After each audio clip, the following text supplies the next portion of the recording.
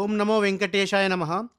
వెంకటాద్రి సంస్థానం బ్రహ్మాండే నాస్తి కించన వెంకటేశ సమో దేవో నా భూతో నా భవిష్యతి. అందరికీ నమస్కారం అండి. ఈ రోజుల్లో చదువు పూర్తయిన తర్వాత ప్రతి ఒక్కరిని మనల్ని వేధించే ఏకైక సమస్య ఉద్యోగం. ఎన్ని ఇంటర్వ్యూలు అటెండ్ అయినా, ఎంత కష్టపడినా మనకి ఏదో ఒక కారణంతోని జాబ్ అయితే చేజారిపోతుందండి. అంటే ఏంటంటే మీ ప్రొఫైల్ బాగున్నా కూడా తర్వాత చెప్తాం, రేపు అన్నట్టు అనే మాటలు మనకు ఎక్కువ వినపడుతూ ఉంటాయి. దీనివల్ల ఏంటంటే మనకి ఇంట్లో ఒత్తిడి, మనశ్శాంతి లేకపోవడం, భవిష్యత్తు మీద భయం ఇవన్నీ సహజంగా వినపడుతుంటాయి.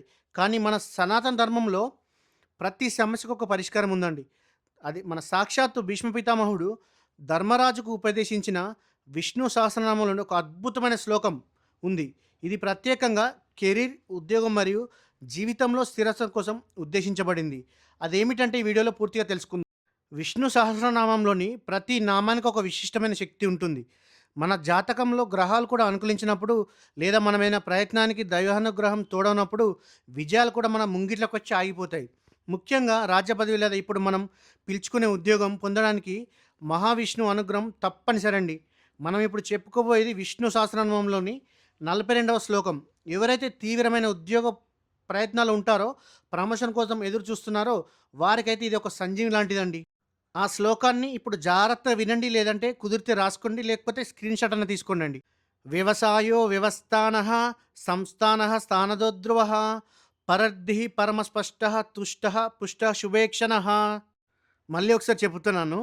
వ్యవసాయో వ్యవస్థాన సంస్థాన స్థానదో ధ్రువ పరద్ధి పరమస్పష్ట తుష్ట పుష్ట శుభేక్షణ.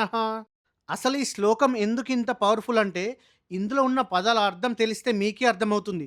ముఖ్యంగా ఇందులో ఉన్న 3 నామాలైతే ఉద్యోగానికి చాలా ముఖ్యం. మరి మీకు డౌట్ ఉంటుంది, మరి శ్లోకాన్ని ఎలా పఠించాలి? దీనికంటూ పెద్దగా నియమ నిబంధనలు ఏమీ లేవండి.